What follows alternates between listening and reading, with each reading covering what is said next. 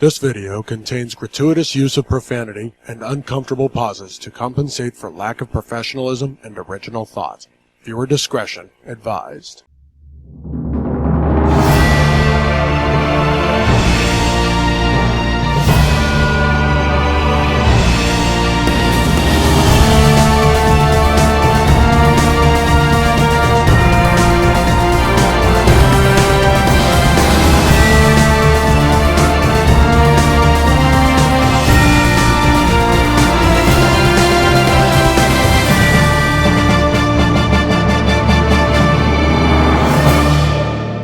Live from the gamma testing side of the Birth the Hulk. We are the Nerdy Manroom with your host, Hassel and Monster.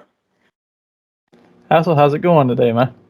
Man, it's pretty good. It's a beautiful Sunday morning. We're out of the regular routine of things and doing it at night, but hey, I've had my coffee, I got my Mountain Dew here and some water. We're good to go. Yeah. We had to swap to Sunday this week for everybody who's listening, just because I had some stuff going on Thursday. Had to get some things done, so just put us behind by a few days. So we decided we would shoot for Sunday morning. So it's a little bit different. So if we're a little out of it, that's just because it's early morning and we're not used to doing this in the mornings. Hey, we're not morning people, but we're getting there. Yeah. But before we get too far in, let's go ahead and thank our sponsor, These Own Collectibles. You can find them at their store located at 305 Main Street, Tifton, Georgia. On the internet at theseowncollectibles@gmail.com, and on Facebook at These Own Collectibles. Visit them for all your nerdy needs, from Legos to trading cards to toys, games, and some of the focus of today's show, comics. Help them support the local artist community through their cause of bringing unity through community. Fandoms unite. And with that, Hassel, I think we're good to just jump right on in. And we're a few days behind, so we've probably got slightly larger geek weeks. I'm going to try and keep mine condensed, but I had a little bit more going on. I actually had time to catch up on things, but since I went first last week, I think it's your turn to go first. My geek week was actually pretty slim, but before I get onto anything, I got to touch on these Atlanta Braves right here who has six, I'm going to Booker T style do 5 times, but 6 Atlanta Braves that's in the All-Star roster for Tuesday's game. Pretty excited about that. Hey, it's the Braves. I did miss out on getting to see the World Series trophy yesterday as it was doing its tour in Valdosta, but it is supposed to be in Tifton this week, so I shall get to see it this week. So, oh, nice. Pretty excited with that. And I still have slackingly not seen Thor. So, when you touch on Thor, you're more than open to spoilers, because at this point I've seen crap on the internet.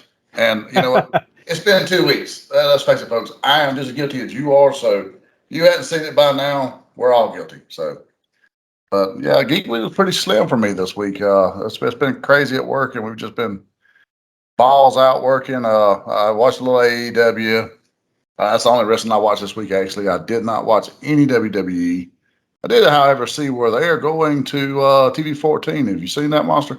I did see that, and I'll say this: if you didn't watch anything WWE, you didn't miss anything on the shows per se. But the better WWE content is, and I've got some of this to touch on later. But A&E biographies are back with a new season started this past week, and also their new show Rivals started. I don't know if that was last week or this or the week before. I think it was the week before, because I realized too late Sunday that the Undertaker was already on. I was like, crap. So I went on my app and set it record. I seen the Rivals, so I set it record as well. I just haven't got to sit down and actually enjoy it yet. But yeah, I checked them out over the weekend. That's one of the things in my geek week is I watched some of those.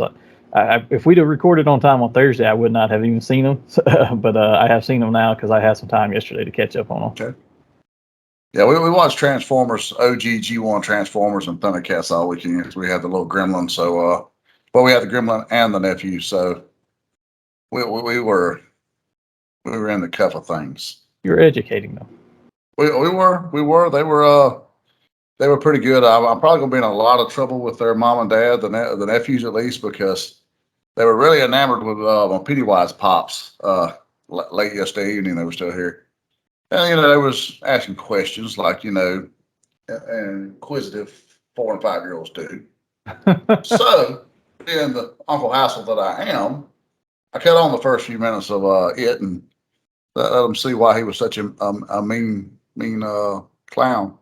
So they experienced Georgie at least getting his arm bit off and then My fiance came in and she said, "I leave them with you for 10 minutes." I was, what? So yeah, they probably won't ever be left with me again. So Yeah, I can understand that. I'm not a fan of it or evil clowns myself. So good story. I just don't like clowns. Period. chapter one's really great. I was kind of a mixed bag on chapter two. They hit the high spots. They did hit some spots that the Tim Curry didn't hit, but it was a little.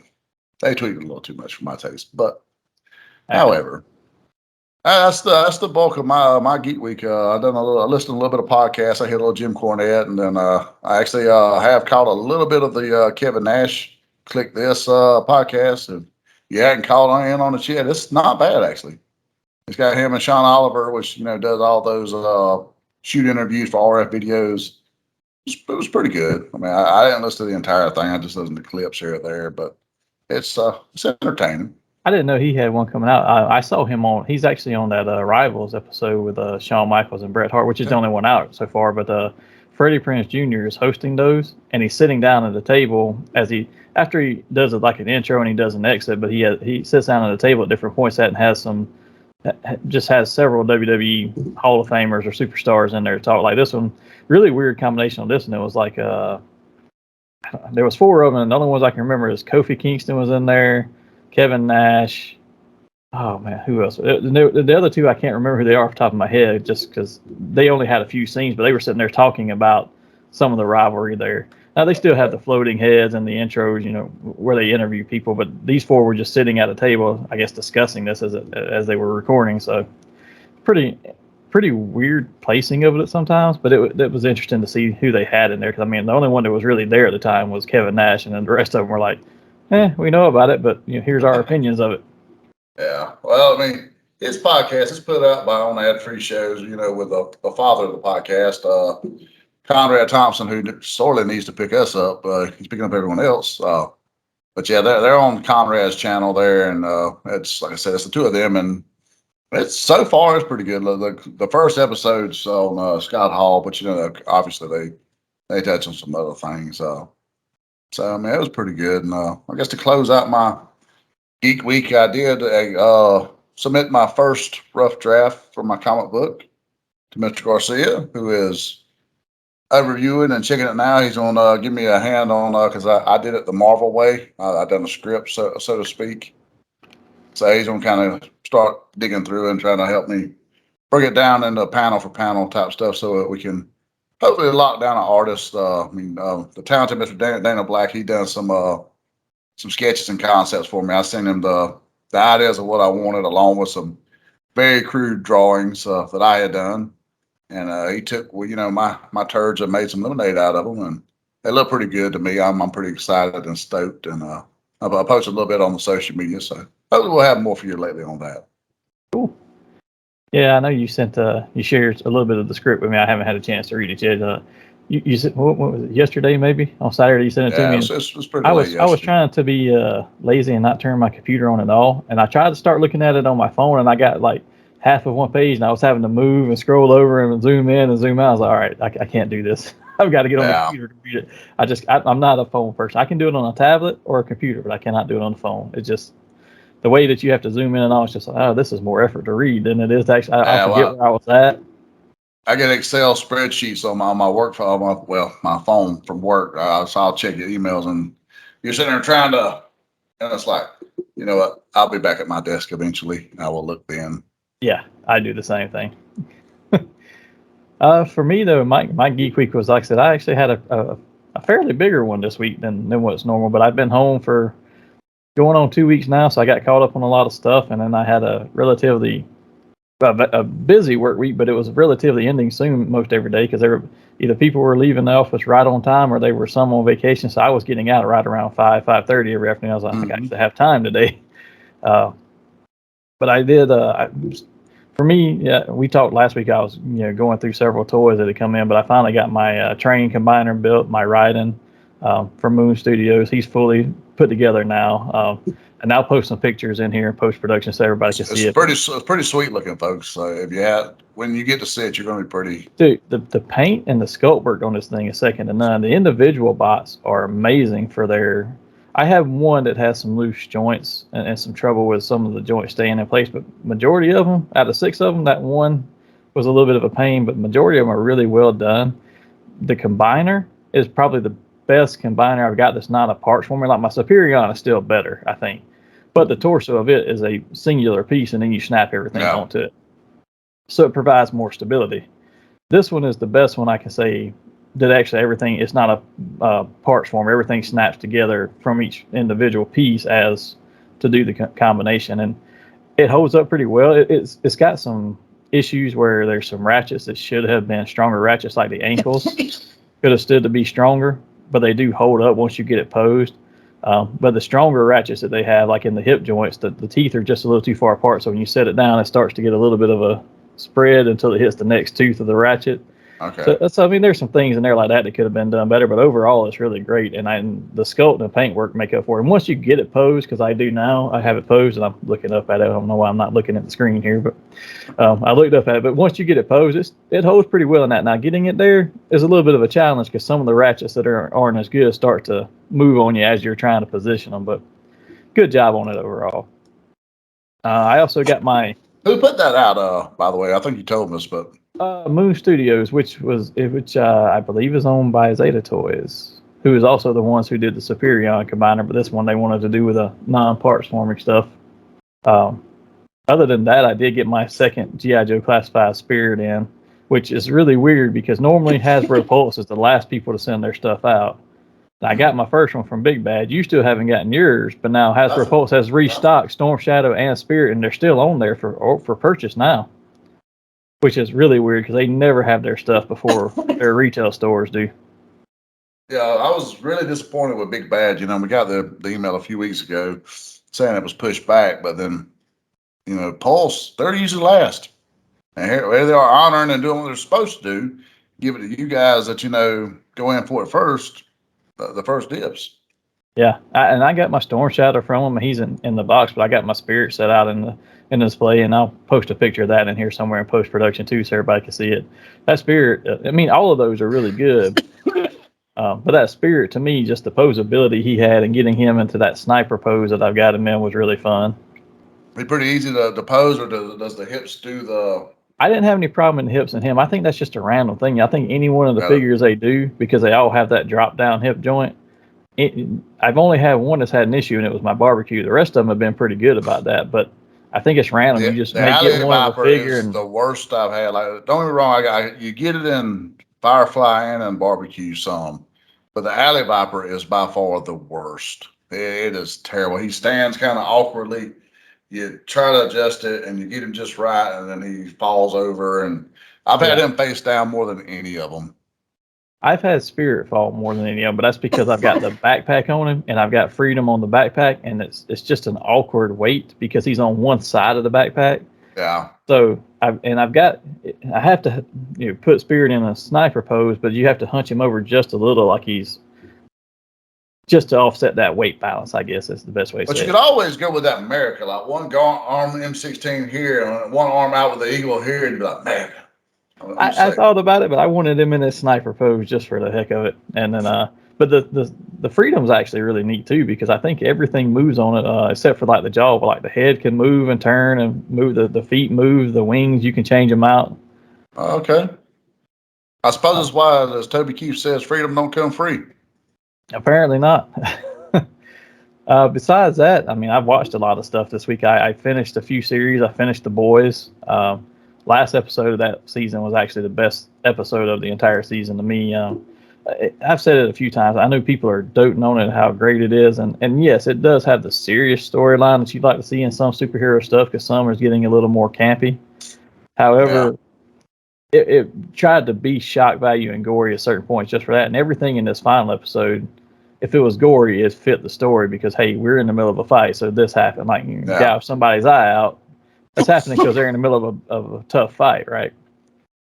Besides that, I finished Star Trek: Strange New Worlds. I've noted on that show a few times. I really enjoyed it. The series finale did introduce Captain Kirk. It's kind of like a Captain Pike seeing an alternate future timeline. So it's not like Kirk has joined the crew yet, but he meets Captain Kirk in the timeline, and it's what's the guy's name that's playing him? I can't remember his name now, but he's from Vampire Diaries, and he does a good mixture of Chris Pine and William Shatner's Kirk. So he's a good mixture of the two. I actually enjoyed him in the episode, and hopefully he comes back for future ones. I did also finish Miss Marvel. I gotta say that's probably one of the best Disney shows out there to me. I mean, it's almost aimed more at a younger audience. It's more of a coming of age story for her character, but she plays the character so well. And man, that last episode, and I won't give any spoilers away on this because I know you haven't watched the season yet, but there are two big scenes at the end of that just, once you see them, they will. One of them is just, setting up the Marvel, so I'm not going to say it's going to blow you away, but that other scene will blow you away. It'll also make you mad at the same time if you're like me. Like, I thought, this is excellent. I need this. Is this where the mutants are introduced? I mean, I've seen certain things on Instagram. Like I said, I haven't. And to me, I'm someone I can still enjoy it. The spoilers don't bother me. Yeah. So I'll go ahead and say then, like in the last scene of the before the credits start, her friend who was trying to help her understand her powers, he's like, hey, I looked at your genetics again, and then I compared them to your brothers and stuff, and there's just something off with yours. It's like you have a mutation. But when he says it, they actually do a guitar riff with the X-Men '97 music. Okay. I was like, that's what everybody was losing their shit about, because I'd seen something where there was like, I guess the X-Men theme that got kind of smashed in there somewhere. Yeah. So I was curious if it was just like, oh yeah, he's a mutant, and then you got that. Yeah, you get them to tell her that, and she kind of, true to her character, she's like, well, okay, but it'll just be another label I have to deal with. So she kind of, doesn't play it up as, hey, I'm the first mutant or whatever. That's my only aggravation with it. It's like, I'm fine with them introducing the mutants here, but let's go back and say somebody else was or something. Don't make her a first introduction for us to mutants, because she was an Inhuman. That's my only complaint with it. I got you. But it was cool to see it. Well, why do you reckon they're trying to make her as a mutant as opposed to an Inhuman? Because I mean, we've already had Black Bolt. They had a poorly received Inhuman series, and whether that's supposed to be canon or not canon, it is out there. So why not just stick with the Inhuman deal? I don't know, unless they're just trying their best to get X-Men kicked off the ground inside of the MCU is the only thing I can figure. That, or there's another character in the show who has powers similar to hers by the end of the show. He doesn't have it at the beginning, but by the end he does. And I wonder if they're going to say, well, again, he has a hard time controlling them. Like it causes him physical pain. He doubles over and he can't control it. So I wonder if they're going to say he's an Inhuman and needs to be exposed to the Terrigen Mist to control his, but she's a mutant. That's why she can control hers and doesn't cause her pain or anything. And then they may go that route. It's a logical route, but. Well, I've seen something where like some fans were kind of pissed that, I guess, however she handles her powers in the final episode was the way they felt she should have been handling them the entire series. Like, for whatever reason, it didn't get handled properly. It was handled much better in the final episode, but she just got the powers in like the very end of the first episode. She discovers them and gets them. So I'm like, okay, she's got to learn how to use them. So I'm fine with her not being able to use them to that extent in the rest of the season, because how would you know how to do some of that stuff until you learn more about it? Yeah. Why does it? Well, she needed that Xavier mentor, but I don't know, dude. I'm gonna be honest. The ending and final things has just messed me up so much that I wasn't able to start a new series this week. Like I had full intentions of knocking out The Boys and Miss Marvel, and I was just still beside myself for Lost Eddie. Like I'm just, I've been in it, man.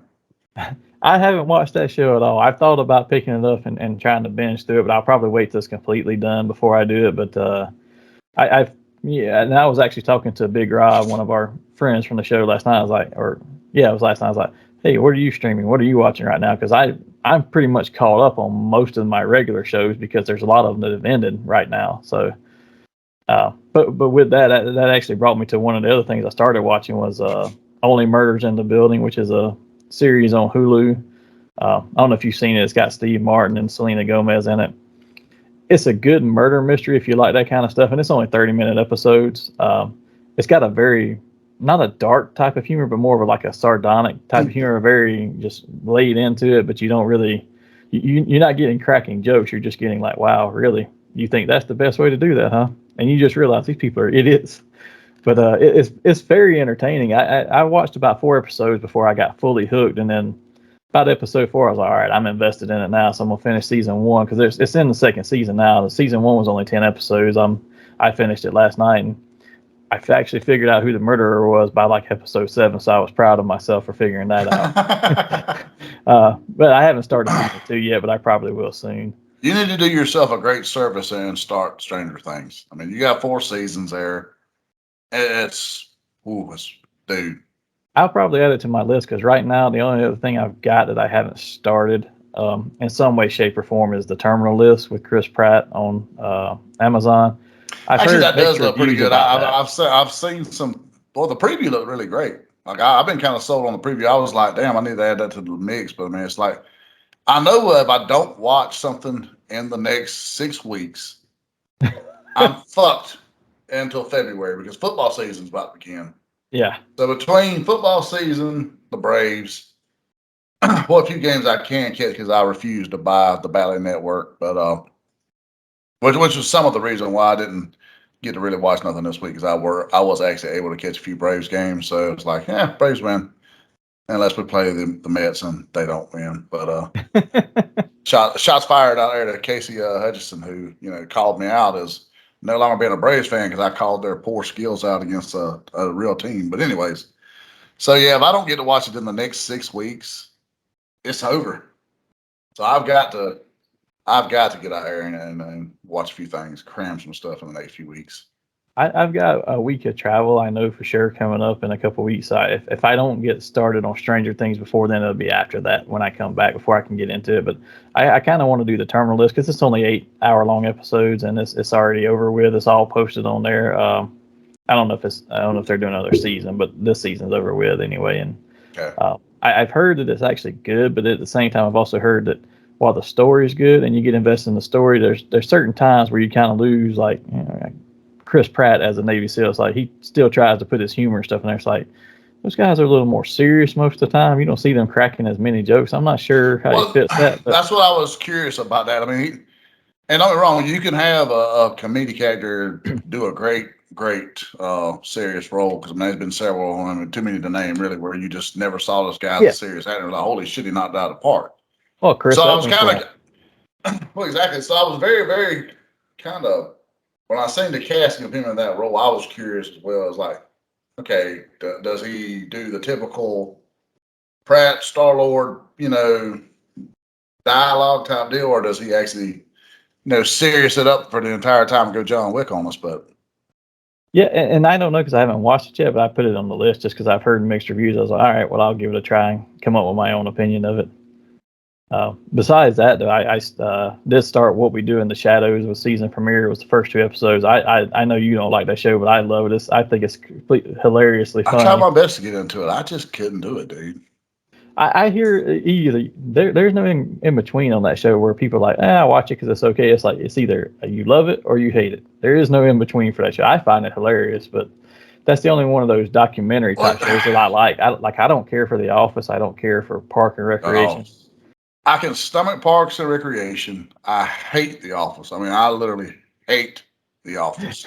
They will have moments that I can laugh at, but I can't watch the show. You get a chuckle occasionally with The Office.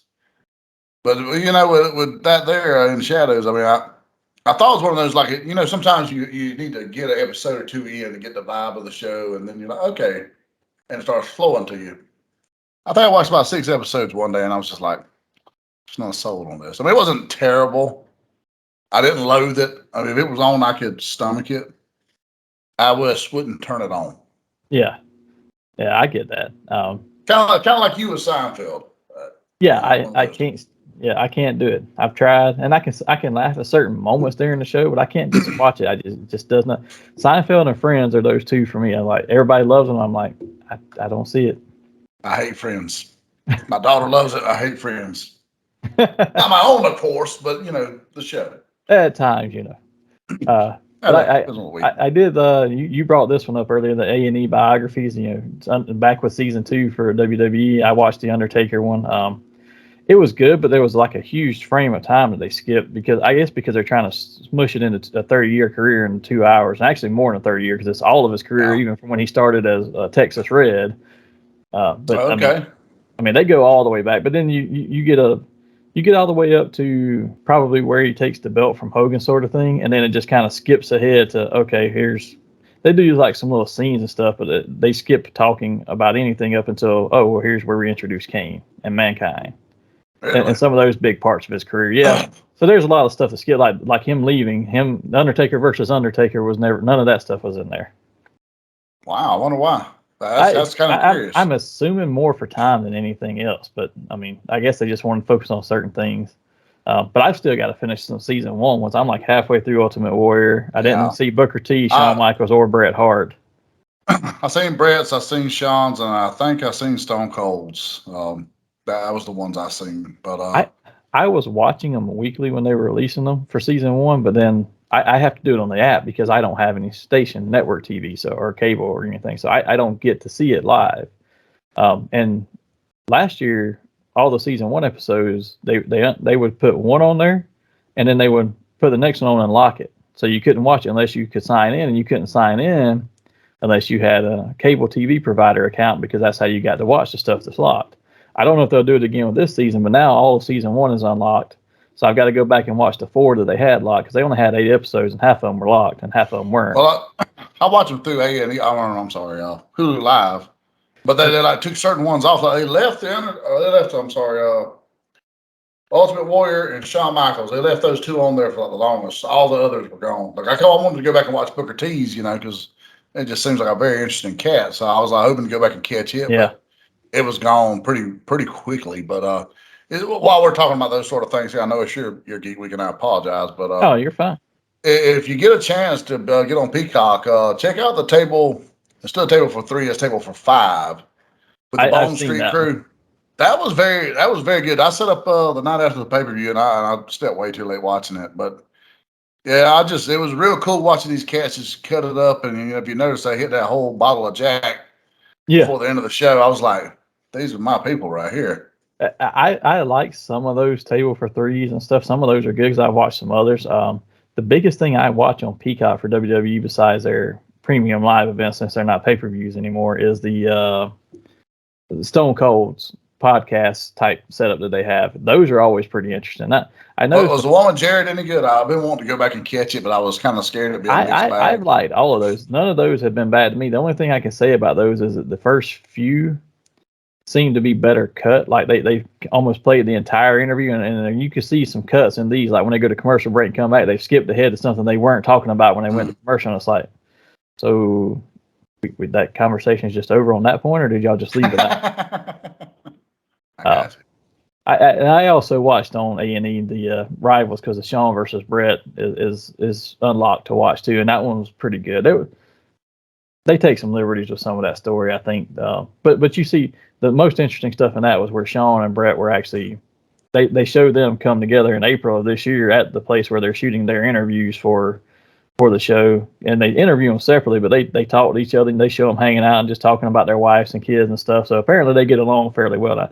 And I think Shawn was the one. Bret said, hey, we're friends now. We were before all this happened, and we are again. We've let it go. And when they asked Shawn, he's like, he said we're actually pretty decent friends. He said, I'm not going to run out and say we're the best of friends. He said, because I don't know how he feels in that regard. He said, but we're pretty close. He said he calls me on my birthday, on my anniversary. So we call each other on kids' birthdays. He said, so we get along really well now. He said, in retrospect, he said, I was just an immature asshole. I said, I mean, he had a lot of problems in his life at the time, and then let's be honest, I think both of them worked themselves into a shoot. I mean, and that's just it started out as a really great idea to work the boys or whatever, which I don't really get working the boys as far as the back, but to make it as believable you can for the audience, sure. But when you work yourself into a shoot, and I guess in life it's probably easy to do, and especially in that industry where you're so worried about your spot, especially during that time where it was extremely cutthroat and you trusted no one that wasn't family, and probably not even them back then. Yeah, and I think it's a much different atmosphere now. It's easier to get along and not have to worry about that. But back then, you had to make sure you were maintaining your position. So how do you do it? There's got to be some professional jealousy in there at some point. Yeah. The boys today wouldn't survive with those boys back then. That's one of the things Kevin Nash was talking about on his podcast was no one has heat anymore. Yeah. Like if you look, very, very few people ever really genuinely get heat now. Christian Cage is probably and MJF are probably the two that I'll say that they can work it. MJF, he works it into a fever pitch where the fans love him, but Christian actually has the people hating him right now. He got another stellar promo in this week. That was probably the best part I did see of AEW. That's one of the few things I've really watched is his promos out of there.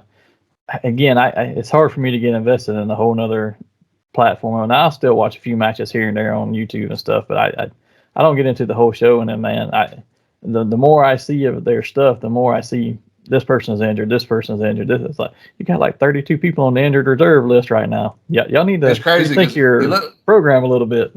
Look back at the bumps they were taking in Impact and TNA back, 15 years ago. It popped up in my feed 2 days ago. That Elite Skipper where he tight ropes the top of the cage and then Hurricane Rana's James Storms onto the ground. I was like, holy shit. I mean, I'd actually forgot about that spot, but I remember watching it live in your living room. And I was like, well, holy shit. And these cats walked away afterwards. Now these little snowflakes are scraping themselves against the pole and they're out for 6 weeks. And it's got to be a combination of not working and just their conditioning all together. But we've talked about this at length a couple of times, so I won't harp on it too much. I just can't get into AEW too much. But for me, the rest of my Geek Week, I did go watch Thor: Love and Thunder last Saturday, so it's been a week now. I'd say if I was rating on a scale of 1 to 10, solid 8. There was some times where they got a little bit campy and silly with some of the stuff where there should have been some more seriousness. Because this was a serious storyline they were dealing with from the comics, and they adapted part of it well. Christian Bale was great as the villain, but and I don't say that lightly because I'm not a huge Christian Bale fan. I'm not one of the people who thought his Batman. I don't like him on a personal level. I think he's a great actor, but I don't like him on a personal level. Just after listening to the whole Terminator tirade behind the scenes that leaked. Yeah, it's hard to see him as a decent person after that. Yeah, it was a good movie. There was there was some silliness that shouldn't be there. Like, I get it. Like, if you watch the first Thor, there was points where he was really funny, but it's because he doesn't understand modern day culture. There you go. But he was still a serious, superhero. Dark World, he was a lot more serious because it was more of his world and realm because they were dealing with the whole Dark Elves and everything. When you get to Ragnarok, it got a little bit funnier, and they played him a little more silly. But this one, they went a little too far at times. Like, really, he's not quite that bad. That was my biggest complaint. But other than that, I think it was good. The action scenes were fantastic, and the music for the action scenes. There was a lot of Guns N' Roses in there, and it just fit every time they put it in. And they had some other songs too, but it's kind of like playing the Immigrant Song and Ragnarok's like, okay, this matches this fight perfectly, and you really enjoy that. Other than that, there was a couple of end credit scenes, and I won't give any spoilers away for the larger crowd, but we did get a cameo in the mid credit scene for the next hero to come in. And I'll say that I think the dude who they picked for that character looks good for the character, but at the same time, I was like, it's a little small. I'd rather seen somebody. I was, without giving it away, because I don't care, but for the listeners, I was curious. All I've seen is pictures of the guy outside of his work in the MCU. So I was curious, did he beef up? Did we get him in some kind of costume? He looked, well, it was a comic accurate costume. I'll give him that. It was really close. And he was beefed up a little bit more than what I had seen prior to that. And I don't really know the actor because I don't watch any stuff he's in, but I'd seen pictures of him. So I kind of like, oh, he's a lot bigger than I thought. However, I'm expecting somebody playing that character. I'm expecting somebody, You're expecting a Henry Cavill, someone like that. That or someone, maybe even a little bit bigger, maybe someone like a wrestler size, like, okay, really swole, like maybe not quite a Wardlow, but somewhere along getting close to those lines, right? To where this cat looks like 180-pound soaking wet lad, and the pictures I've seen. So maybe he's 195 now. I don't know. Look much better on there, but besides that's a great segue. Is that the other thing I did this week is actually catch up on some reading. I've been behind on reading comics. I will say I didn't really have but like 2 DC books I read, and they were so immemorable. I don't even remember what I read now. I only had 2 left in my stack from the last order I got, but I did sit down because I finally got the one issue I was missing of Fantastic Four's Reckoning War because I missed an issue in the middle of it. I finally picked it up at a local comic store. I read it. That was probably the best Fantastic Four story I've read since before I don't know, probably before Heroes Reborn. It reminded me a lot of the old school ones where they were actually relevant, and it was a really good story to read. Other than that, the other stuff I read was okay, but like we've talked before, there was nothing groundbreaking. I think the retro style books that Marvel's doing right now is probably the best books out there for them. Their Silver Surfer Rebirth was pretty good. New Fantastic Four was really good, and it made me excited to read the next one. It was just kind of very short issue, and then X-Men 92 House of X. As much as I thought that was going to be kind of dumb, I'm actually enjoying reading that. When you read that book, it's like it's on. While they're using the X-Men timeline from the comics, like Iceman's been on the team and stayed on the team, whereas in the X-Men 97 cartoon, he left and came back stuff. But they're using that X-Men comic story history up to that point of the 90s.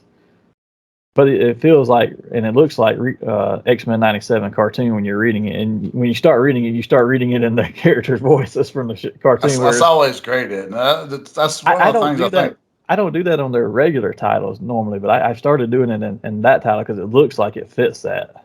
Certain characters, no matter what book I'm in, I pick and choose who's the voice for them. It's like, just you can't read Batman without the animated voice. You can't read. I don't read Joker without Mark Hamill. When I read X-Men book, I mean, I've got the animated series Cyclops in my head. I've got Wolverine, Storm. I mean, all those voices, even Jean Grey. It's that animated feel. I will say I have in the last few years begun reading Spider-Man in the new kid's voice. Tom Holland. Yeah, Tom Holland. His name was escaping the hell out of me, but yeah, I have got to where he has become my Peter Parker when I read, so I'll give him that there. I don't. Oddly enough, though, I read Ben Riley as Andrew Garfield. I don't know why. It's like it happens.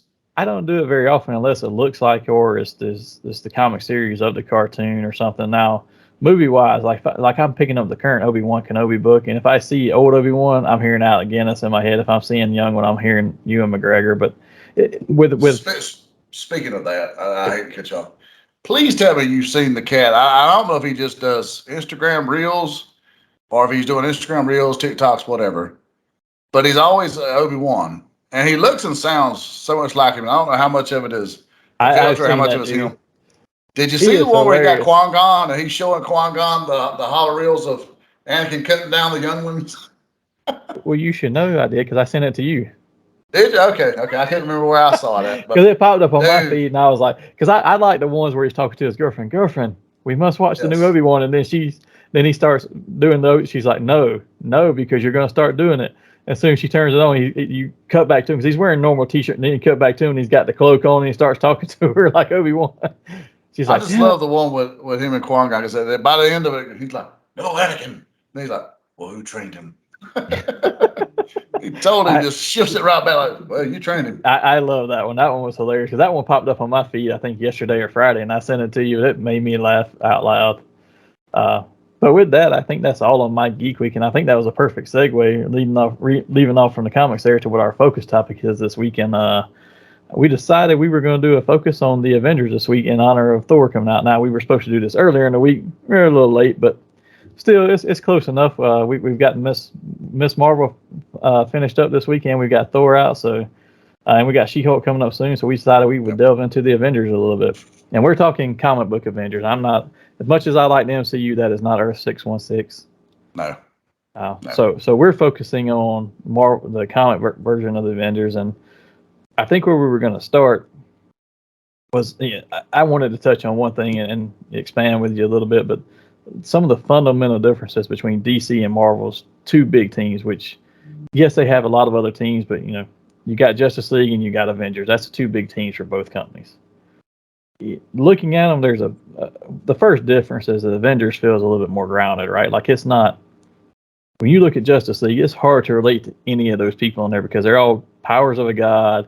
They are not common people. I mean, even Bruce Wayne with all of his being no powers and being Batman, he's a billionaire. I can't relate to that. I ain't got no money, so we can't relate on that. Monster. Your money don't even fold, baby. It's a much. Come on. No, my jiggles. there is no folding here at all. But it's hard to You're relate very to them. correct on that right there because it's like the Marvel just in itself. They come off as real people. That was one of the things that Stanley and whoever whether he was working with whatever artist he had at the time, whether it be Kirby or Dika or whoever. They did such a great job of making the characters seem like real people with problems and family and Yeah. just real world issues. To where, I mean, you look at the Justice League, they come off more as gods or whatever because they don't just come off as regular people. Like even Thor, even though he's supposed to be an Asgardian god, he has a backstabbing ass brother that is his brother, so he still loves him. He's got a shitty old man. You know what I'm saying? He's got a mom he loves Yeah. dearly, but he has woman troubles. I mean, he's a drunk. I mean, he's relatable, at least to me. I mean, So let me ask you this: do you prefer the relatableness, or do you prefer these beings should stand out as examples above all of us? I think you got to have a good combination of the two, and that's where Marvel has always juggled it well. Because I mean, look at Spider-Man. He has probably the worst luck of any poor bastard on the planet. However, he still does the right thing, and just like the Marvel heroes themselves, all in general. Look at Captain America. I mean, he was dug up out of the ice after 60 years, or I guess back then technically only about 20, but still, he'd been on the ice, and by the time he comes back, everyone he loves is moved on with their life, and he's a man trapped in time. So I mean, which is what Yeah. makes him. He's still trying to do the right thing for his country, though. Yeah, and I've always liked the grounded side of it more, and I will say, and we'll get into this a little bit more later, but I was not a huge when I first started getting comics, and we started in the '80s for us, and I was not as big in the Avengers. I was more of a Fantastic Four and X-Men guy. Now I I picked was up. X-Men all the way. That was the only team book I got up until probably the mid '90s. That's the same for me. I think I delved in more into the Avengers late '80s, early '90s, and then I went back and read some of the older stuff. So because we're going to talk about some differences and eras in a little bit, but I didn't see that stuff when it happened. Obviously, we weren't alive for some of it, but again, I went back and read it, and some of it holds up, some of it doesn't. But I thought that the Avengers team did a better combination of, hey, here's you know let's be more grounded, whereas our competition is not. However, I will say that one of the other big differences between them for me that I thought the JLA did better was their legacies. Like the Avengers feels to me like, okay, if somebody comes up and wants to just jump on the team, oh, okay, there's a new member. No, we'll put you through your paces, but we'll let you in too. Well, it's crazy how the people that considered members versus the ones that considered honorary members. Like you would have certain ones that would be there and just show up out of blue, and they're like, "This cat shouldn't be cleaning the toilets for Jarvis," and he's not. He's a real Avenger. And then you could have like someone like the Human Torch team up with him for 6 issues and just be honorary member. I mean, it's like okay, get him in a car, call him up, reserve, whatever, how you want to do Yeah. it. But Well, and you look at the JLA, like you've got legacies there. Like, okay, every team from a Justice League perspective and they're interconnected teams, right? You've got Justice League, Titans, Young Justice. They're all part of the same thing, but you've got a Batman member on every team. You got a Flash on every team. You get to Avengers, and it's like, okay, we got a bunch of teams, but even those don't really have legacies necessarily. Or like, okay, we've got a few sidekicks that join, like Falcon. But he doesn't. He comes into his own as Captain America for a little while, but then he gets demoted right back down to Falcon at some point when Steve's back, and it's like, yeah, yeah, Falcon's on the team. What does Falcon do on the team? He's on the team. What's he do? He's on the team. I mean, I'm gonna be honest. I mean, I am a fan of the Falcon character. I am too. I'm I just like this. picking on him. I like this progression through the years. But you can't. I mean, I'm sorry. As long as Steve Rogers exists, and the fans want Steve Rogers to exist, he is what you said, the legacy character. Because to where DC has Batman, Superman, Wonder Woman. You can't have Justice League without these three. You can't have Avengers without Iron Man, Thor, Captain America. And I'm not just talking about a Captain America because I mean it kind of went downhill when Bucky was Cap, and Yeah, it went downhill with Sam as Cap. I'm sorry. I mean I'm not one of those that get behind having multiple Captain Americas where you just got to have. The Falcon's interesting enough as his own character. He doesn't have to be portrayed as Captain America to be interesting to me. yeah. The problem was when they put him on the Avengers, they gave him nothing to do. He was the token black guy on the team, and I hate to That's say pretty that. much That how sounds terrible, but what but memorable it's what it was. storylines did he have? And I like the most he Falcon. got was hooking up with Jane Foster, and then I think he hook up with Carter as well. I don't know. I know Rhodey did, Okay, maybe that's what I'm thinking about. But but at the I same know he hooked up with Jane. Him and Jane we had but at the somewhat same of a time, he was relationship. Captain America that time. He wasn't Falcon. Yeah. So, and I like Falcon. I'm picking on him a lot, but it's just like, okay, you put him on the team, but other than being Captain America's sidekick, what was the other reason for him to be there? What was he providing to the team? But that goes back to another point too, is all the teams that they have is a legacy thing too. Like Justice League, I said they have Justice League, and their sidekick started the Teen Titans. Well, later on that became the Titans, and then you got new Teen Titans by the next generation of sidekicks, and then you got Young Justice by the next ones. You got like 35 Avengers teams running around. It's like everybody can just take the name and use it willy-nilly now. Used to be you had Avengers, and then you had Avengers East and West Coast, and they both answer to one leader and a UN charter. Yeah. But now you got Mighty Avengers, that's New as far Avengers, as I'd Secret like to see it Avengers. go. If you want to have West Coast Avengers, so be it. But the Avengers is a globe-spanning team. I mean, I don't think you need an East and a West Coast division. I mean, because if the world's not too big for the Avengers, why is the United States too big for the Avengers? I don't actually mind them having separate teams if they connect them, like, or say, hey, Mighty Avengers book, this is the main Avengers team. New Avengers, this is the next generation that would be taking over behind them. They don't even do that. It's just like, okay, this team is in a different area, so we'll call them New Avengers. This team's over here, and they're kind of the Black Ops. We're going to call them Secret Avengers. But they don't have anything to do with the other teams. Young Avengers was the only one that felt like it was a legacy type thing they were trying to build, and even that, they just like, well, we'll just make characters and throw them in there, and then we kind of forgot about them afterwards. That was actually a book I think ended too soon. That book was actually really well written, and the art was great. Good. And it was actually I the first legacy I felt like they had, and then they just kind of quit. And it's one of those where that's probably, I guess, was it Jim Chung was the artist on that? Might have been. I don't remember. I've got a few of those trades, but I can't remember who. I forget who the writer was now, but I'm always been a big fan of him. But it's one of those where they introduced some woke characters, but it wasn't shoved down your throat. You know, you had Wiccan, you had Hulkling. You know, it just wasn't crammed down your face that, this is how they were or whatever. It was just a progression of the story. It was a new character. You didn't change a legacy character just for the sake of doing it. And, it's like, okay, as a reader, I can, I like this. I'm a fan of this. And they done it really well. You had a young king, as Iron Lad. I mean, it was like, wow, this is great storytelling. Yeah, and I enjoyed that. But everybody on that team was a legacy of some sort to someone else. And it was like, okay, now this feels like here's another generation that's going to come up to it. Versus, let's have Civil War. Now we've got Mighty Avengers just because this team's led by Iron Man and this team's led by Captain America, so we'll call them New Avengers. Why? I think did enjoy. I will say I did enjoy West Coast Avengers. Oh, I back did in the day. That was one of the few. For some reason, as a kid, I would pick up the occasional West Coast Avenger. I think it was because Silver Centurion and Iron Man was on that team. I think so. They had a great team. Period. Yeah, I mean, it was. I mean, that initial lineup was really, really great. Even though it wasn't Tony Stark, Iron Man on the team, it was Rhodey as a founding member as Iron Man. But I would enjoy an occasional issue or so of West Coast Avengers. To where I wouldn't hardly ever pick up regular Avengers until, like I said, mid-90s, and I started kind of delving in. Then when I started delving in, I was like, holy shit, these are really great stories.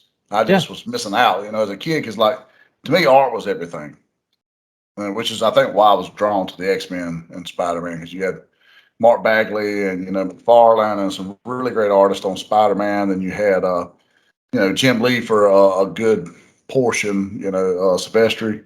You had some great artists there on X-Men. So it's like, oh, man, it drew me to it. But the Avengers never seemed to have that, other than when Perez was on the book. But that was, the 70s? I mean, didn't he kind of go DC early 80s? Yeah, I think so. Yeah. So I just don't remember a big iconic type artist on Avengers at any point up until later. Yeah, but that was a perfect segue, though, because the other big difference between the two teams to me was how they're defined. And that was one of the things we really wanted to touch on, was like the different eras and our favorite stuff from them. But Justice League was defined more by the storyline eras to me, like the satellite years was when we were all in satellite in the 80s, or the Detroit years where they were based in Detroit and Aquaman and Martian Manhunter led the team and they had a bunch of failures at that time, or the Justice League America versus Justice League Europe type of years. Avengers was more like, hey, we're more defined by our eras of actual publication than we are the storyline eras.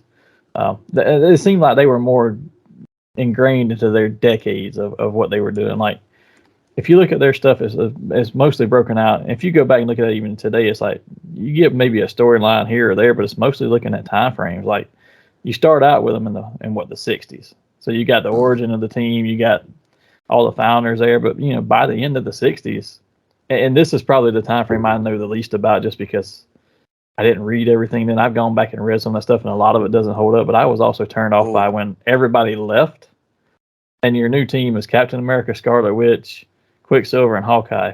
Now, Scarlet Witch wasn't as powerful back then as she is now. Her power set was very loosely defined back then, but yeah, she had some hexes, and that was pretty much it. That was like the week. I'm like, this is supposed to be your saving team, your saving grace for your world. This is the worst lineup I have ever seen. Well, thanks to our sponsor, Kevin at the Zone Collectibles, a few years back, he hooked me up with some PDF versions of a lot of books, so I could go back and kind of read some things. Because, let's face it, Avengers #1 is not obtainable for everybody. No, not unless you're buying a facsimile edition or, Masterworks. Exactly. So, he hooked me up with some PDF stuff, and I put them on an iPad and was kind of casually going back, and I wanted to reread like at least the first 12 issues of like Avengers, X-Men, Spider-Man, so forth and so on. And those books do not hold up. Oh, they're bad. Yeah. They're real bad. Man, like the villains they were facing in the first few issues is like these are people that were taking the world over. Yeah. And I think it's maybe we got spoiled as the time went on and characters develop, and you get so much, grander and greater, character development than what they just had back then when it was just like, hey, we got to put a book out this Friday. What can you do? Yeah, I really can't speak. I've read a few issues from the 60s and just looked down and like, I can't even finish them. I'm just not interested. So it's hard for me to speak on that one. The 70s, though, I got a little bit more into because that's what, like I said, Perez is in here drawing some of it. You got new and former teammates because you got a lot of those old ones coming back that left, and you've got a broader team that's actually more powerful now. Like, I couldn't get behind the 4-person team. It's like, what are you guys going to do? If Onslaught showed up and it's those 4 Avengers from the late 60s together, they ain't stopping him. Done. But that is back during the era where Captain America's telling Iron Man, hey, Shieldhead, it's time for you to get some solid dick. I mean, that picture's out there, folks. Different phrasing for what that meant back then, but yeah. Hey. But I think they really did a lot of their defining storylines in that 70s time frame. You got the Kree Skrull War, the Avengers Defenders War, which was actually a nice touch for them to say, hey, to me, that was always like, yes, Defenders is your magical team, but that's kind of like your next big team to me, besides the Fantastic Four, which is kind of set apart anyway because they're a family more than a team. But I can never get into the Defenders. I don't know why. Just something about, and I should, because I individually I like all of them. I just didn't care for them as a unit for some reason. It's kind of like the Champions. And the initial Champions, I mean, as big a Ghost Rider fan as I am, and then you got, X-Men on there, and it's like, I should love this team. I do not. Yeah, I know the feeling. I was never a Champions fan either, and I loved Angel and Iceman and Beast, but I was like, I don't care for this team. It felt like a step down for them at the time. Yeah. Honestly. Yeah, for me, the best story out of the 70s, though, was like the Korvac saga, where they brought the Guardians of the Galaxy from the future back, and they had to do a core. I enjoyed that one. That's one I can still sit on and read. But that's really kind of some of the big, globe-spanning threats that they dealt with, and it started really defining the Avengers more as the heroic team. I think, too, if you go back and look at the 60s, Avengers was not anywhere near, while it might have been their more powerhouse team, it was not their biggest selling team. That was Fantastic Four. I think the 70s and 80s, Fantastic Four started to become a little less prominent than the Avengers. X-Men kind of was in their own little world, too, at the time. At what point do you feel like, it kind of quit being believable for Hawkeye to actually be a charter team leader? with the threats they were facing and the guys that he's trying to. Because they always try to push him as as always gonna be the leader of the team. He's gonna be the leader of the team.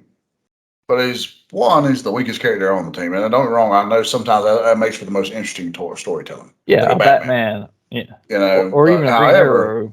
yeah, well, exactly. I mean, I get that. But he's always also just tries to be a bigger playboy than Tony Stark. He's got a bigger fucking ego than Tony Stark a lot of Yeah. times. At least through the 80s, that was his stick. He was just like this Yeah. cocky SOB, and it's like, so at what point is he not believable with leading guys like Wonder Man or Captain America or these big Thor, I mean, it's just the list goes on and on and on. But I mean, to you, what point was it like, come on? I was never a fan of him on the team, and I liked having an Archer on the team because I liked the Archer characters, Green Arrow, him, Shaft from Youngblood. I liked that type of character for that power set, but I never liked Hawkeye individually just because I never cared for the cocky type characters. So like he was never one that I really wanted. The only time he was interesting to me, and we'll probably touch on this a little bit too, was in the '90s when it was the East and West Coast teams. And you had stuff like him and U.S. Agent constantly going at it. While I'm not a fan of either one because they're both cocky, I was like, that makes at least for some dynamic storytelling for the team. Like, which one of you is going to screw us over because of your ego? Well, you could almost relate, feel a little more trusting to Hawkeye versus U.S. Agent because Agent was just a piece of shit. I mean, Walker was, he was government agent. Yeah, and since you brought up the '80s, as much as I got into comics in the '80s, I really, like I said, I didn't really buy a lot of Avengers stuff to the '90s. But a couple of things that stood out to me in the '80s was, Hank Pym was a big focus for the characters back then because they, the whole mental breakdown he had and how that actually affected the team and stuff. And that was actually a good. I was never a huge Ant-Man fan before that, but after that, I was like, him as Yellow Jacket, I don't really care for the character because I don't like how they're portraying him, but it makes for really good storytelling for him to actually be an abusive asshole. Because now we can say, but you know what? There's no way for this cat to ever redeem himself, and that's what's sad because they've done some great stories with him throughout the years, and you want to see him redeem. But I mean, it's like every time they get this close to redeeming Hank Pym, they do something else. It's like he's always got. It's like this is one of the brightest minds on the planet. He's right there with, Reed and Tony and all these guys, and for sure, the Blue Marvel. But then he's going to smack the shit out of his old lady or create Ultron or do some kind of conniving something every time. It's like, it's like they tarnished him so much at one point that there was never a point, no matter what they'd done with him afterwards. Oh, and they redeem himself. They wasted him in the '90s. Like, when they put him on the West Coast team, and he's kind of supposed to be like their liaison, so he's not going out in the superhero suit. He's a little bit more, I guess, support member of the team. But it's like he did nothing other than show up most of the time. It's like, And then Ultron starts prank calling them. It's like I actually reread some of that not long ago, and I was like, this isn't bad. But I mean, it just makes Hank Pym look even more douchey. Yeah. That's the type of thing that I'm saying is like there was always something subtle underlining that they would do to undermine his progression of redemption. Yeah. I think the other big thing in the '80s before we jump into the '90s, which is probably the bigger era for both of us, was they did lose Avengers Mansion. They did lose their Hydro base by the late '80s, early '90s. I can't remember exactly when, but they had the Acts of Vengeance and Masters of Evil storyline. Now those actually, to me, were probably some of the best stuff out of the '80s. And those hold up.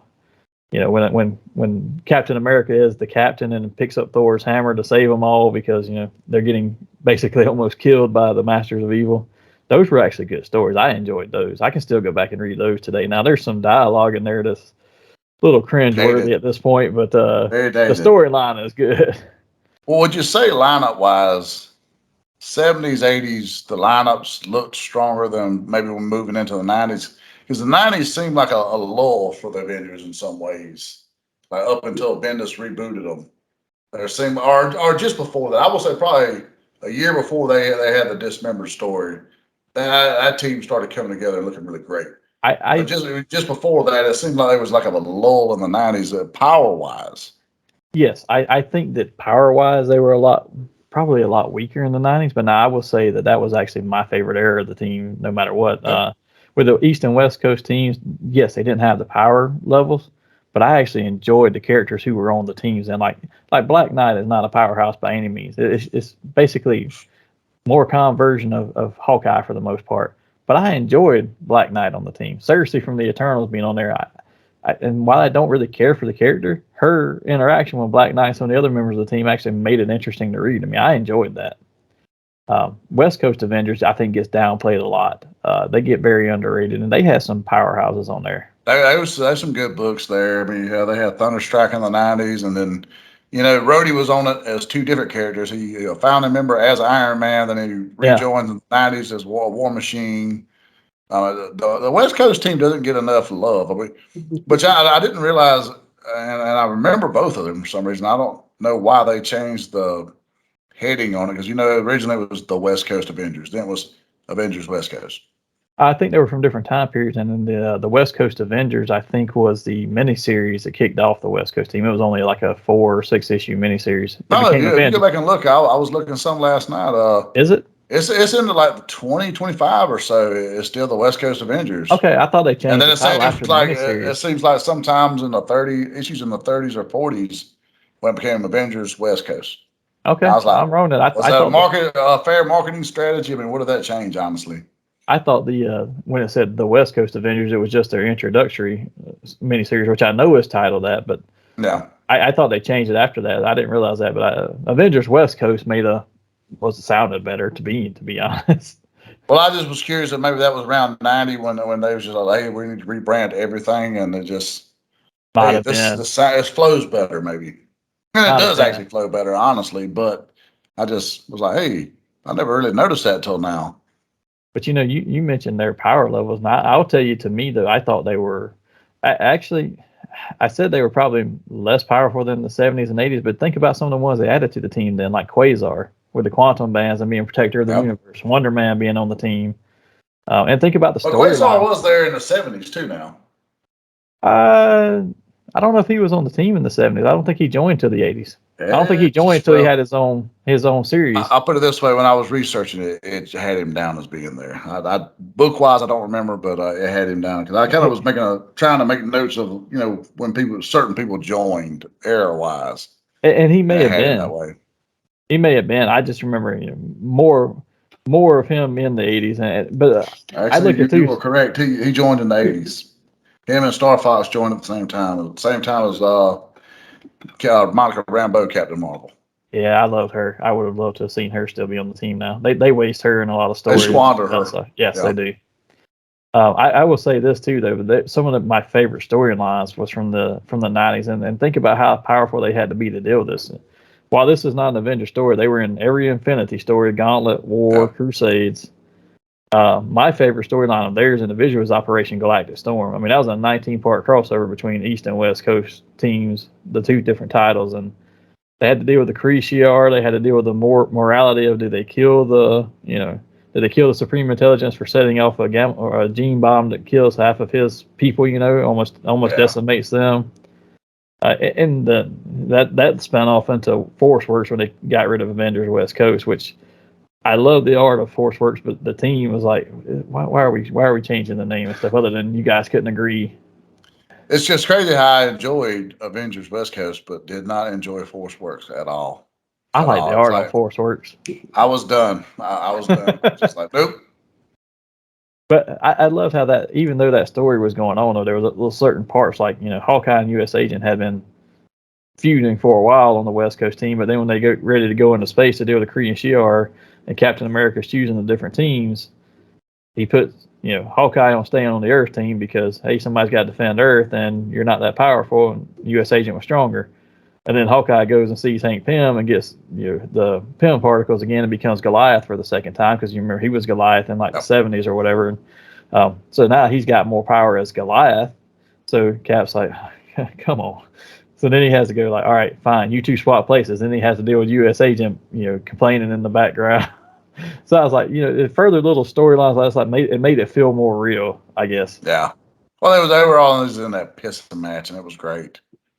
The end of the 90s, though, That's where I quit buying them, as well as It got Fantastic very Four. abysmal there for quite a while. It got very abysmal. I was done with them when we started Heroes Return, or Heroes Reborn. I mean, but when they killed them, I loved the onslaught where they That killed was them to off, me. but You know what? the new That's exactly what I storylines. was just thinking. That was their last great moment when they make the charge. It was like, no, we're going to go in there. Like even was it Iron Man or Thor? You know, scoops up Doom like, yeah, you're going to help us. You know, you asshole, because you helped cause this. And they all shoot into it. And, you know, you got the news like, oh shit, these are why they're the Avengers. Yes, And then you had Reborn, and Liefeld's worst art of all time. And I'm not knocking Liefeld because he's had some major great contributions to the comic world. And for the most part, I have enjoyed his art other than his feet. But that Captain America he drew is still press the implant brutal. cap. It is still brutal today. That pose he's got like this, and it's like, it is so unproportional and just, And but the stories were bad too. changing the symbol on his forehead and all. I was like, come Yeah. on. Well, Heroes. their Hawkeye was kind of more like a Wolverine. It was Yeah. like you separated them from the X-Men for a reason, and then you're going to sneak a undercoverish Wolverine type guy that's supposed to be Hawkeye onto the team. It's like, now that made sense. And then when they returned, they didn't seem important when they returned. So I actually enjoyed them more when they did return, because they went through that whole process of fighting Morgan Le Fay and had the where the UN gave them their charter back and they had to go fight Morgan. And they called in everybody who had ever been an Avenger to go fight her. And then at the end of it, you get a new team out of it. And like Hawkeye's like, this was the most redeeming moment for Hawkeye for me in any Avenger story, when he's like, well, I'll leave the team. You can give my spot to, Justice and Firestar, because they had helped him with whatever, but they'd been new wars. It was like, this is the first time you see another generation coming up to join them from another team. And Hawkeye's like, make them share my spot on a conditionary basis or whatever until you decide that they deserve full spots, and I'll leave. I was like, What that's year the was most it that they honest actually thing, honorable returned? thing he did. I don't know. Was it 2000s already? I'm not sure. I'd have to look and see. I want to say that was in the 2000s, but because I felt like Heroes Return was in the late 90s, like 97, 98, 99, maybe. Mm. I don't really remember. Yeah, but I want to say it was around 96, 97, maybe. I'm Because trying I to look at remember it I now while we're actually picked talking. the trade up. I picked the trade up at like the Sam Goody in the Tifton Mall. Yes, it was 97. So okay, yeah, the time was. So they'd have probably about what 99 maybe. Because I mean, what didn't we kick off the Avengers disassembled in what 2002, 2003 maybe? Yeah, something like that, I think. Yeah, because the And Avengers. leading into that, Avengers had got really great because I was even become a fan of Jack of Hearts. I was kind of like tore up when Dude, they wrote him off. I I was like, liked him. dude, I've always liked him. I mean, I always liked his cosmic characters. So Avengers Disassemble would be in 2004 to 2005. Started okay, in August of 2004 and ended in January 2005. okay. So I was a little off. Leading into that though, I'd say probably a year into that, it was really really good. Who wrote it just before Bendis took over? Who was that? Was it Kurt Busiek? You're correct. Which I mean, he's wrote a lot of really great Avengers throughout the Yeah, years. and George Perez was back for the art during that time frame Yeah. too. So So things were like really, really good because I'm ashamed to say this. I bought all the issues of Avengers versus Justice League and I never read it because, they come out more and they were a thicker trade type issue. yeah, And I was scared of creasing the spines because of the way they were. They wasn't like your average book that had a staple. They you had could have that, borrowed mine because I read them more than once. I was like, I want to read these so bad, but I don't want to crease my spines because I was so worried about collecting at the time. Yeah. So, honestly, I never got to read the story, and I'm ashamed to say that. But See, but the collector in me isn't because I have some pretty mint issues. But I love the 2000 stuff though. When after they came back, I was turned off when they went to Heroes Return, and I didn't read anything of them or the Fantastic Four. When they came back, I still didn't go back to Fantastic Four, which I kind of regret because I do like the team a lot. They were one of my favorites prior to that, but I just never went back to them full time. But like Avengers, I did, and I really enjoyed that. I said the Morgan Le Fay, all the Kurt Busiek stuff, George Perez stuff, and then I you think had, Ron Gurney was on the book for a little while too because I I remember there think was so.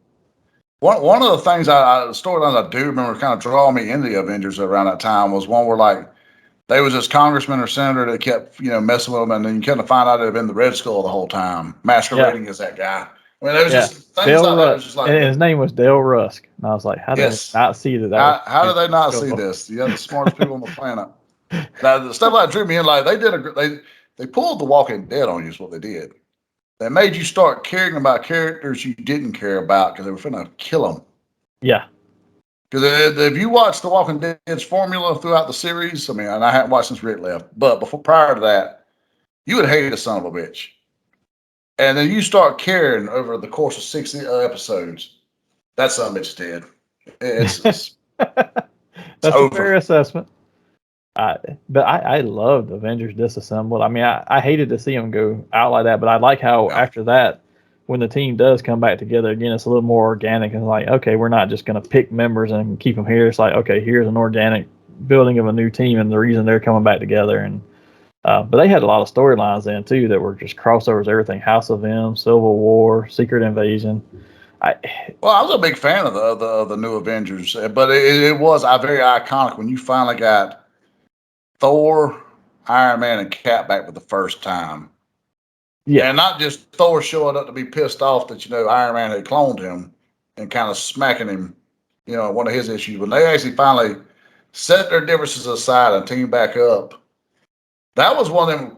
I remember as an adult being like, oh shit. That was a holy shit moment, It was like, this is great. that was good, and then I liked them being in all those storylines. However, I think those storylines kind of hurt their individual Avengers team stories a little more. Like it wasn't. It was like we're not really reading Avengers. We're just reading the next installment of this big story over here that's going on.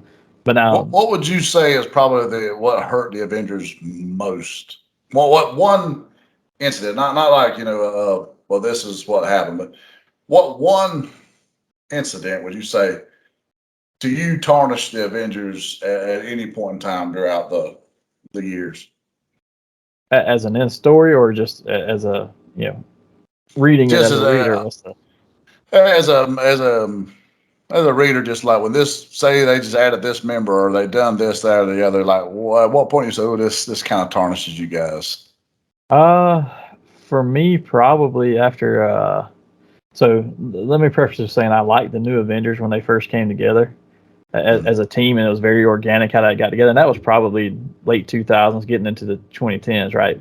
But after Yeah. that, everything for the Avengers has been that's probably the catalyst for me to say after the original portion of that, it just fell all apart for me. Because I like that first part of that team and how they came together and all, but after that, it was like, okay, all these little small storylines that they're part of as a big company-wide crossover, the Avengers are now just a part of the next crossover. The book itself cannot survive on its own. Yeah, because initially they've done a great job making you care about characters like Luke Cage, Iron Fist. Yes, Your street level heroes, they elevated those guys, and it was like Bendis does a great job with that, by the way. and pulling But Spider-Man into, even though he'd been yep, on the team before, this was his first real outing as a member of the team yep. and a major part of it. But then you have Civil War and you break them up and you have Mighty Avengers, Secret Avengers, and you got all these teams popping up that use the name Avenger that have nothing to do with each other. They don't work together. They just use the same name. The Great And Lake of Avengers. yeah, and you have to have the U.S. Avengers that the Yeah, Sunspot led. I mean, you have to have right. them to further this The story of Armadillo Secret was Invasion. on an Avengers team at one point. Yeah, I mean, yeah. come on. But you got to use them to just you got to use that so many issues of their stories to say, okay, well, here's how House of M happened for them. Here's how Secret Invasion affected them. Here's how they're affecting Empire or whatever the next big story is. They're crossed into so many. It's like, when am I going to get a story about just them? Like To me, Operation Galactic Storm. Give us yeah. something that's about or Kree Skrull, or this is just the Avengers dealing with it. Let them be. Let them deal with it. To me, it was when the two and they go hand in hand. When they done the Unity Squad, I get where they were going with that, but I wasn't a big fan of Yeah. crossing the X-Men and Avengers together, honestly, because there's a reason why certain people read X-Men and certain people read Avengers. It's just they're two Yeah. separate. Yeah. You don't have to mash them together. It's not like your two favorite foods that don't go together. You're trying to shove together. But when you put Deadpool on the team, and I get they were going with Deadpool the way they went with Wolverine in the 80s and 90s. He was in everything. Yes. And Or Wolverine, like Ghost Rider in '94 when he was in every damn book there was in Marvel. They started doing that with Deadpool because the popularity of the movie. Deadpool is never, ever an Avenger. I don't give a damn what the circumstances are. There's no way, and I don't wrong. I get it. Captain America Steve Rogers was a soldier at some point. He has killed people, unfortunately. But it was only, after the Nazi war, it was only when it had to be because he chose to be a hero first. right. Captain America never at any point in his mind sanely puts Deadpool on a fucking Avengers team. Never. Now, and you didn't. So two things from what you said. Number one, that's another bad point of the effect in the comics is the movies. Now, I love the movies and I like watching them, but that's a separate universe to me. It's fed off of it, but it's a separate world, But they keep trying to make the comics more and more match the movies. I'm like, dude, stop. They're two separate things. They can draw from each other. They can have. If you want to change Captain America's belt to have pouches on it to make it more tactical, and that's in the movie, okay, that's a small thing. But when you try to change a character's personality or something to match the movie or their power set, stop. Just stop. How many times after Robert Downey Jr. took over Tony Stark did they change the character's whole mannerisms to seek just feel how he done things in the movies? And it's like, don't get me wrong, he wasn't far off the mark, in the movie than what he is in the books. But there's just certain mannerisms you could tell they were doing in the books. Like it was 100% Robert Downey Jr., not Tony Stark. That and the other thing you mentioned too, besides that, was the Unity Squad. So I was not a fan of Unity Squad. Now I'm fine with some of the X-Men coming over and joining the Avengers if they're like Beast. Beast left in the 70s, joined the Avengers. He was a long-time member. He pops over there when they really need him. And Hickman's run, while I was not a huge fan of Hickman's Avengers World run, the fact that they had people like Cannonball and Sunspot who had left the X-Men teams and just kind of basically retired or been on vacation for a while, they don't go back to an X-Men team. They come and join the Avengers. That puts them on the next stage. Okay, I'm fine with that. But I don't need a team that's force feeding us to have a combined team. They're just on the team because they need their power set. Yeah. There's a plot line for them. I don't need Havoc to be over there just because, nobody gets along with your brother right now. Nobody thinks he's right, so we're going to use you to make a point. That's the member that I would have been fine with them putting Havoc on the team. Havoc and Rogue are two that I would be fine with joining the Avengers long term. But when they do that, they need to completely separate themselves from the X-Men, much like what Beast did, because you got a powerhouse character with a great story, great character development, and would fit that mold there. But have them separate themselves. You don't want them still playing part-time X-Men and then Avenger 2. You can't do both. And that was my problem with it. And that's why I liked it better with Hickman's run. I didn't really care for Hickman's whole, we're going to go out and, I shouldn't say I didn't care for it.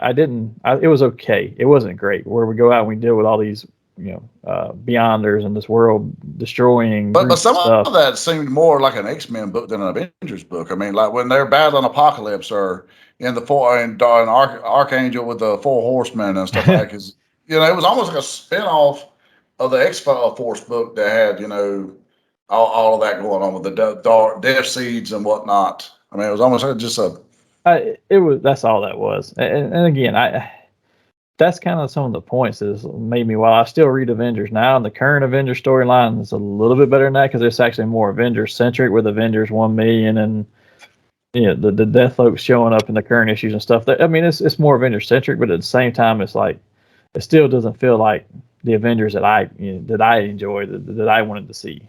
The last one I read was where the Kid Ghost Rider takes over Avengers Mountain and takes the dead Celestial and kind of pilots him. Yeah. That's the last time I got to read Avengers, and I was like, well, that makes great and grand, oh man, he's powerful, but it's like, this doesn't seem like an Avengers book.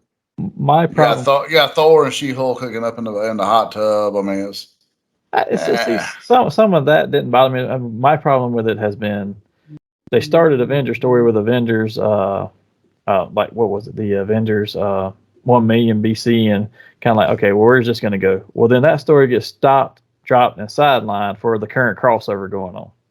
Oh, we got to stop that and spend 4 issues on Empire. Then you come back and you pick up one of the other little plot, because they were running like 4 or 5 different plot threads in there. Yeah, they had too many lines in the water. Like you had the one where Tony Stark, you find Tony Stark's mask and it's like predated millions of years. And it's like, okay, well, where did this come from? I mean, yeah, we know he used a time platform a few times with Doom, but I say, well, where did this come from? And then like Tony Stark was going to search for this, and then like that was I kind of was like, ah. Well, see, and they finally resolved that, but they have 2 crossovers before they even come back and resolve that plot thread. It's like, I'd forgotten about it by that point. Or like the Vampire Nation, them fighting with the Vampire Nation, the vampires moving into Russia and stuff. And it's like, okay, that's pretty interesting sounding. And we got some few issues that were good. But hey, we've got this storyline going on now, so everybody come over here. And then you come back to it. Mephisto has been in the background of the Avengers thing for multiple storylines right now. He's still one of the main enemies that's leading up to a big storyline for them, but you see a little bit, you leave. You see a little bit more, you leave. It's like, okay, stop. Just pick one story and run with it for a little while. It's almost like they're trying to piggyback on that Chris Claremont storytelling where he would like plant little seeds along and along, but usually they paid off within a 12-month span, though. I mean, like he might plant something in issue 1, it don't pay off to 8 or 9, but it did pay off at some point. I think they're somewhat trying to do that, but at the same time, I think they keep getting sidelined by the fact that Marvel's forcing them to be, we got a crossover, so everybody needs to, hey, we've got Devil's Reign, so you need to stop all that storyline to have 3 or 4 issues about this, and then we'll come back to it. It's like, well, that's one thing I'll credit the people that are over DC now, if they stick to it, where they're saying, look, this is right, the last crisis. Different, good or bad. We're done with this for a little while. It is what it is. Yeah, but with that, I think we've covered a huge amount of stuff, and we're running a little close on time, so we'll go ahead and move into our nerd out section, unless there was something else in particular you wanted to cover before we jumped ahead. But no, we pretty well hit all the high spots. And there's a lot of stuff we didn't cover, so if anybody wants to talk about any of that, feel free to hit us in the comments here or in any of our social media, and we'll jump into that too. We just trying to keep it to a reasonable time. That's about as much as we can really delve into on here right now. And I'm sure it's 75 years of characters, folks. I mean, we're going to miss something. Yeah, and I'm sure we'll come back to it again in another episode at some point later. But with that, we'll jump into Nerd Out, which is, for those of you who haven't been here before, this is where we ask random questions about the topics of the day. Try to answer them off the cuff the best we can with no preparation and understanding of what we're going to ask each other. But feel free to expand on our answers in the comments below, or put your own in there. Or if you have any questions for future Nerd Outs, feel free to send them to us before shows. And even if they're from a past show, we'll try to answer some of those and just throw our thoughts out there. We'd love to have any interaction we can from you on this. But with that, you started out with the Geek Week, so you get to start with the Nerd Out questions. You get a call today. Marvel Comics says, hey, Monster, we're giving you the Avengers. You get wild slate, you do what you want to. What 10 Avengers do you select as your Avengers team, and what is the villain they face? Ooh, man, 10's a lot. All right, so. Well, I mean, I'm trying to 3 right off the riff, so you're going to add 7 to that.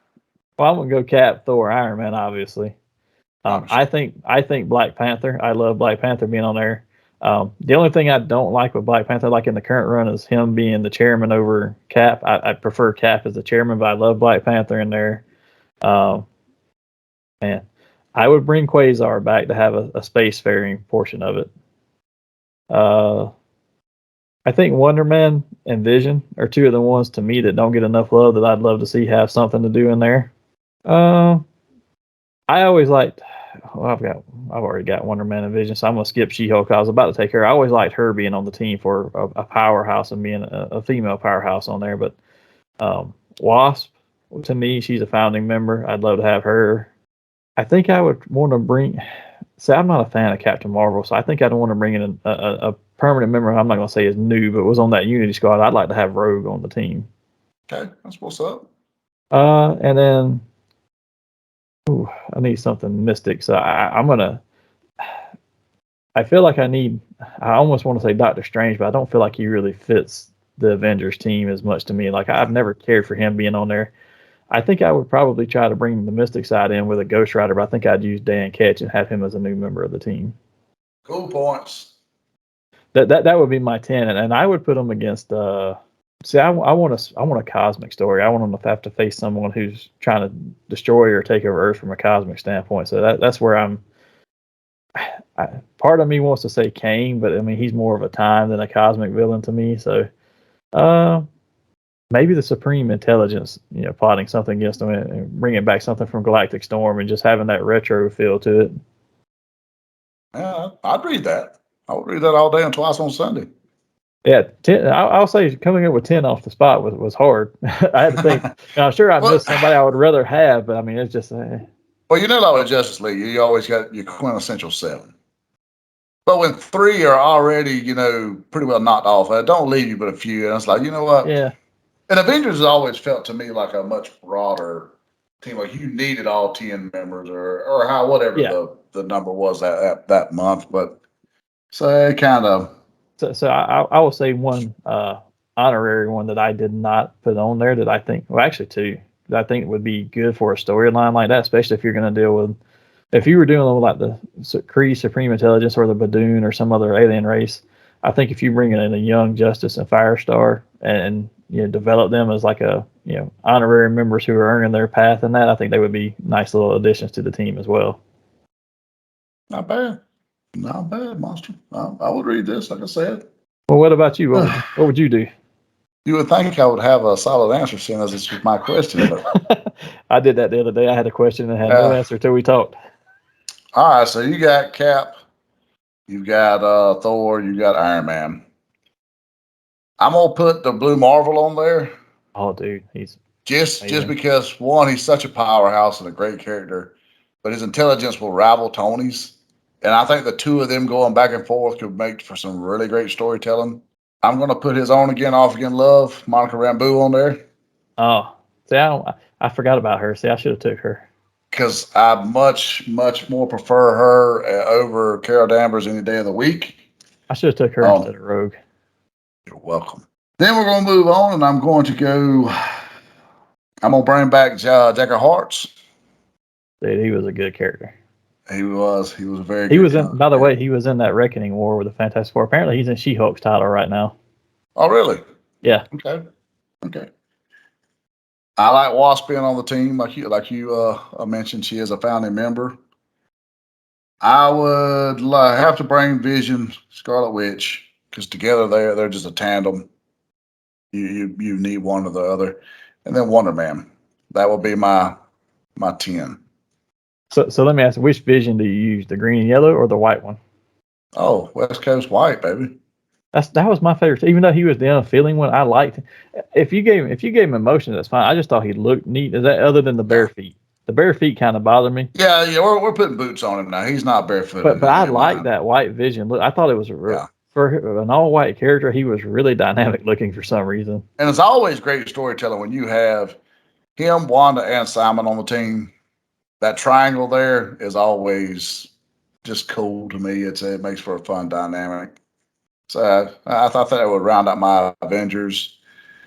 Villain wise, I kind of feel much like you that they need a cosmic threat. There needs to be something to pull them together and kind of get them. And I'm going with Skrulls. Oh. So yeah, Skrulls. That's where I'm going. That is interesting, especially now. I don't know if you've seen it, but the Kree and Skrull empires are combined now. And they were merging that some when I kind of faded off. Yeah, that was the Empire storyline. Like Hulkling and Wiccan have actually merged the Kree and Skrull empires now, and Hulkling that would be a hell of a force. Hulkling is the king of them because if you remember, his mother was actually a Skrull queen and his father was Marvel. So yeah, it wouldn't be a force I'd want to look in the face. No. So I have a 2-part question this time. So because I couldn't decide on which one of these I wanted to ask. I'm going to ask both of them. So first of all, what team member would you like to see get highlighted in a future storyline? Who's on the current squad? Oh crap! The current squad is Jane Foster as Valkyrie, Thor Odinson, She-Hulk. Robbie Reyes was in there as Ghost Rider, but I think he's missing out. He's in that Avengers Forever book. Captain America, Black Panther, Iron Man, Echo, because she has the Phoenix Force now. Wow. I don't know. And Starbrand, which is a character that was from New Universe of Marvel that they brought over several times and never done anything well with. So, yeah, that's the main. And Blade is on there too. And Blade is the sheriff of the Vampire Nation, and Russia keeps them in check. I thought Dracula was in Chernobyl with them. Yeah. Also, Blade's over Dracula now. He's the kind of peacekeeping force keeping them from going out further than Chernobyl. Oh, wow. So, like, can I choose an Avenger? You can choose anybody. This doesn't have to be okay. somebody in current team. Yeah, sorry. I should We're gonna highlight them to elevate them to Avenger level, I suppose. However you would highlight them. Like my answer does not necessarily elevate them. I just think it brings the team back to a type of storyline that I like to see them in. You know, it would be cool is if somehow you said Mephisto is working the strings in the background, right? And he's not been defined as what he's doing. What if he was somehow resurrecting Thunderstrike as his minion, like a Thunderstrike / Spirit of Vengeance type deal, and they have to go save his soul and set him free? That would be interesting. I'd read that. I like Thunderstrike. I think that was one of those. I always thought it was really cool. Like his look great. I mean, if it was in the very '90s look, but it was badass back then. Yeah, that would be interesting. But I could really see like that hammer on fire. That'd be pretty legit. Yeah, for me, my answer to this one was Quasar, just because I think if you bring him back, then you can get into a storyline that's more cosmic, like Kree, Skrull War, Galactic Storm. And to me, when those things happen and they came to Earth or caught Earth in the crossfire, that's when the Avengers kind of shine to me as, hey, here's Earth's mightiest heroes. They're gonna save us all from this threat that's coming from outside. So I'd like to see him come because they don't use him for anything anymore. No. For a long time, he was a steadfast show up and they have a reason for showing up. It's not just, oh, we just want to write this character in there to boost a few sales this week. Yeah. You know, I like it when they showed up and it's like, okay, it really makes sense for him to be here at this point. Yeah, he was a steadfast member for so long to me and they used him to keep some of that cosmic stuff in check. So I'd like to see that. But here's my other question, and this one's probably the harder one. And you can't use Armadillo for the answer of this one because I know you would. What one team member would you have never put on the team and why? Moon Knight. Really? And I'm a Moon Knight fan, but no, it doesn't fit. He's much like Wade Wilson. He just doesn't fit the Avengers.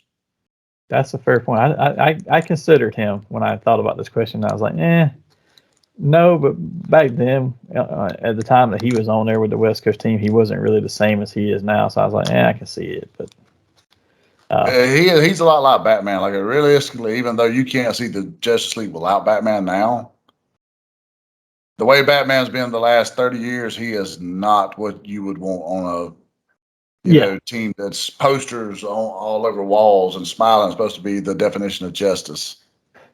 Fair point. That is a fair point. Yeah, so I'll tell you who I picked for this was Sandman, because if you remember, he was given membership. Yes. I'm like, dude. That was right. 89, 90, somewhere there, right? Yeah, I'm like, dude, I'm all for a redemption story arc and making a character if you're going to take him from bad guy to good guy. But this dude wavers like every 10 issues, he's back to being a bad guy again. How can you put him? He was the Lex Luger of comic books. Exactly. I was getting to that. How do you put him on your team and say, hey, here's a shining example of being a hero? Trust this guy. Yeah. I never understood why he was there. Now, another honorable mention here would have been one of Captain America's sidekicks, D-Man, Demolition Man. Oh, because it was such a stupid character. I've got you a better one. One last bonus question. What character was on the Avengers and he was better as a different character than his main character? Better as a different character than his main one. I gotta go with Clint Barton when he was Goliath versus Hawkeye. Okay. Because he was tolerable as Goliath more so than he was as Hawkeye. Okay. Well, my answer is Clint Barton as well as Ronin. Oh, dude, that's a good one. Yeah. That was the I hated Hawkeye until I seen him as Ronin, and like that there was like, oh shit, man, I could see why he would, moving forward, be a broken character like himself. I mean, that was like legit. I like that. So and he was just then we went back to being a Hawkeye. I was like, oh, nobody cares. Yeah, yeah. I don't dislike Hawkeye. I just they don't when he is Hawkeye, he is a poorer character for it. When he's portraying someone else like Goliath or Ronan, he's a much better and much more in-depth character. It feels like. I will say I prefer the MCU Hawkeye far more to the 616 Hawkeye. As Hawkeye, yes. As his other characters, I like Ronan in the comics. Well, yeah, he's got depth as the other characters, I guess. In the 616 to where he was just Hawkeye and that brief stint as Ronin. But yeah, that was a good bonus question. So with that, I think that brings us to a close today. But before we leave, let's make sure we give some shout outs and do some thanking of our sponsors again. But first of all, let's give a shout out to our friend Daniel Garcia. Xyber Ronin should be coming out in everyone's hands pretty soon. If you missed last week's interview with him, go back and check that out. It gives us more of an update. But stick around here for more updates, as well as on his Facebook at Daniel Garcia and on Instagram at DGarciaComics. Be seeing plenty more from him, and he's as Hassel mentioned earlier, they're kind of working on a project together as well. So stay tuned for more on that. Also, remember, go check out our sponsor, These Own Collectibles. For all your nerdy needs, you can find them at their store at 305 Main Street, Tifton, Georgia, on the internet at theseowncollectibles@gmail.com, and on Facebook at These Own Collectibles. Help support their cause of bringing unity through community. Fandoms unite. And with that, Hassel, do we have a giveaway from them this week? we got not one, but two. Awesome. Yeah, so all the way out in California, Mr. George Valdez, and out of Valdosta, Georgia, Dylan Bars. And since we've done Avengers, we got an Avengers Captain America pack of bills, and we got an Avengers Hulk pack of bills. And you are going to be at random as to who gets what. Send me your info. We'll get this in the mail to you guys, along with some business cards and some Nerdy Manroom stickers. Awesome. And remember, all you got to do to enter these weekly giveaways is join any of our social media, make any comments, posts, like, subscribe, shares. We always appreciate that. It helps us out, and it also enters you for a chance to win. And with that, Hassel, why don't you tell them where they can find us at? You can find us on Twitter at Nerdy MR Show. You can find us on Instagram at the Nerdy Manroom Show. And you can find us on Facebook at Hassel Hutchison. And it'll have a backslash later on as Nerdy Manroom Show. And of course, we have a YouTube channel. Like, subscribe, share, comment. Tell us we're assholes. Whatever you want to do. And remember, as Hassel brought up last week, if we get to 250 subscribers before October, we're looking at having a really big giveaway for Halloween time. So make sure you talk to everybody, get everyone convinced to join in and listen to us. And join us next time. We're going to discuss some of our best and worst in class of a few categories. Until then, assemble and live nerdy.